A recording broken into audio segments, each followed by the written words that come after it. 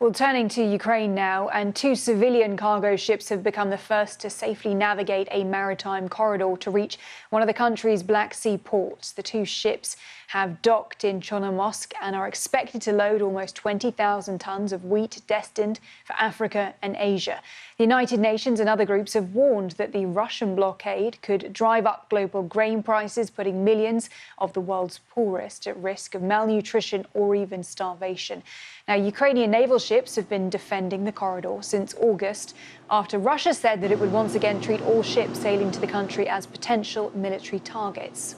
Now, Ukraine says that it's retaken the small but strategically located village of Andriivka south of the city of Bakhmut. Now, fighting has been raging in this area of eastern Ukraine for more than a year now. And the Russian military still controls what is left of Bakhmut. But Ukrainian forces have been slowly regaining ground to the north and south of the city. And our diplomatic correspondent Paul Adams has been looking at videos which show Ukrainian soldiers retaking the village. Andriivka is tiny, barely more than a hamlet. But its recapture is being hailed here as something of a breakthrough. And a dramatic series of videos released by the Ukrainian military shows how it all ended. In the first, we see Ukrainian troops making their careful, nervous way into the village. It's an apocalyptic wasteland, like something out of World War I. Not a building, not a tree left intact. These pictures all come from the same Ukrainian unit, the 3rd Assault Brigade. They were all filmed within the last couple of days.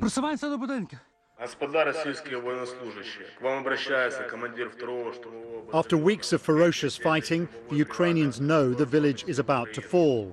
By now, the Russians holding Andriivka are surrounded. In this video, we see a drone being used to broadcast a recorded message to those Russian soldiers still holding out. Surrender now. На раздумье мы даем вам 10 минут. У меня все. Надеюсь на ваше благоразумие.